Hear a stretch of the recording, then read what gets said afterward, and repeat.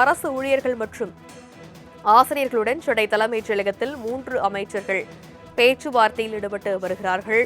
பல்வேறு கோரிக்கைகளை வலியுறுத்தி போராட்டத்தில் ஈடுபட்டு வந்திருக்கக்கூடிய ஆசிரியர்கள் மற்றும் அரசு ஊழியர்களுடன் பேச்சுவார்த்தையில் அமைச்சர்கள் ஈடுபட்டு வருகிறார்கள். அமைச்சர்கள் ஏவாவேலு, தங்கம் தென்னரசு, அன்பில் மகேஷ் பொய்யாமொழி ஆகியோர் பேச்சுவார்த்தையில் ஈடுபட்டிருக்கிறார்கள். சென்னை தலைமைச் செயலகத்தில் உள்ள நாமக்கல் கவிஞர் மாளிகையில் இந்த பேச்சுவார்த்தையானது நடைபெற்று வருகிறது. அண்மை செய்தியாக பார்த்து வருகிறோம். இது பற்றிய மேலும் விவரங்களை எமது செய்தியாளர் நந்தினி விவரிக்க கேட்கலாம். வணக்கம் நந்தினி. ஆசிரியர்கள் மற்றும் அரசு ஊழியர்களுடன் அமைச்சர்கள் பேச்சுவார்த்தையில் ஈடுபட்டிருக்கிறார்கள். இந்த பேச்சுவார்த்தையின் மூலமாக அவர்களது கோரிக்கை நிறைவேற்றப்படுமா? விவரமில்லை. வணக்கம். அரசு ஊழியர்கள் மற்றும் ஆசிரியர்கள் தொடர்ந்து போராட்டத்தில் ஈடுபட்டு வரும் நிலையில் அமைச்சர்கள் குழு தற்போது பேச்சுவார்த்தை நடத்தி வருகின்றனர். சென்னை தலைமைச் செயலகத்தில் உள்ள நாமக்கல் கவிஞர் மாளிகையில் அமைச்சர்கள் ஏவாவேலு, தங்கம் தென்னரசு, அன்பில் மகேஷ் பொய்யாமொழி தலைமையில் இந்த பேச்சுவார்த்தை என்பது நடைபெற்று வருகிறது. குறிப்பாக ஆட்சிக்கு வந்தால் பழைய ஓய்வூதிய திட்டம் செயல்படுத்தப்படும், அரசு காலி பணியிடங்கள் நிரப்பப்படும் உள்ளிட்ட பல்வேறு வாக்குறுதிகள் கடந்த சட்டசபை தேர்தலின் போது திமுக அரசால் அளிக்கப்பட்டன. ஆட்சிக்கால முடிவடைய இருக்கக்கூடிய நிலையில் பல கோரிக்கைகள் நிலுவையில் இருப்பதை சுட்டிக்காட்டி பல்வேறு கோரிக்கைகளை வலியுறுத்தி அரசு ஊழியர்கள் மற்றும் ஆசிரியர்கள் தினசரி பல்வேறு இடங்களில் போராட்டங்கள் மற்றும் ஆர்ப்பாட்டங்கள் நடத்தி வருகிறார்கள். அதன் அடிப்படையில் தான் ஓய்வூதிய திட்டம் குறித்து ஆய்வு செய்வதற்காக ஊரக வளர்ச்சித்துறை செயலர் ககன்தீப் சிங் பேடி தலைமையில் குழு அமைக்கப்பட்டு அந்த குழு இடைக்கால அறிக்கையை சமர்ப்பித்திருக்கிறது.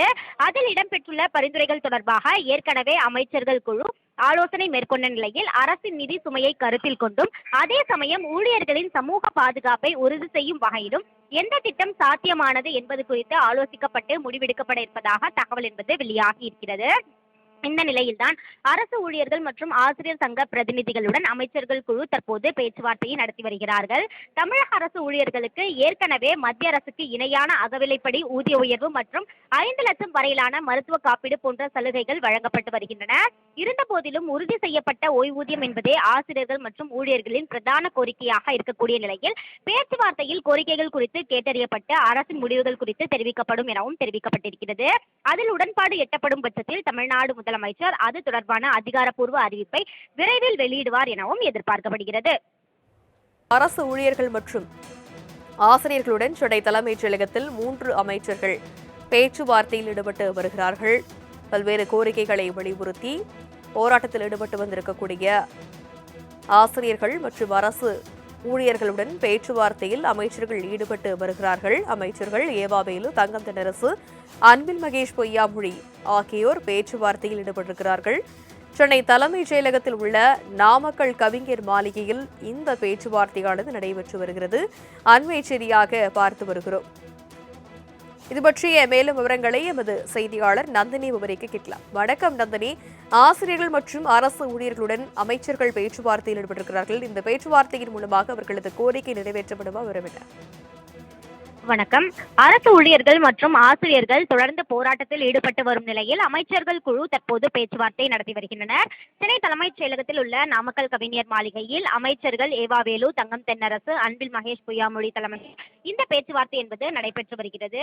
குறிப்பாக ஆட்சிக்கு வந்தால் பழைய ஓய்வூதிய திட்டம் செயல்படுத்தப்படும், அரசு காலி பணியிடங்கள் நிரப்பப்படும் உள்ளிட்ட பல்வேறு வாக்குறுதிகள் கடந்த சட்டசபை தேர்தலின் போது திமுக அரசால் அளிக்கப்பட்டன.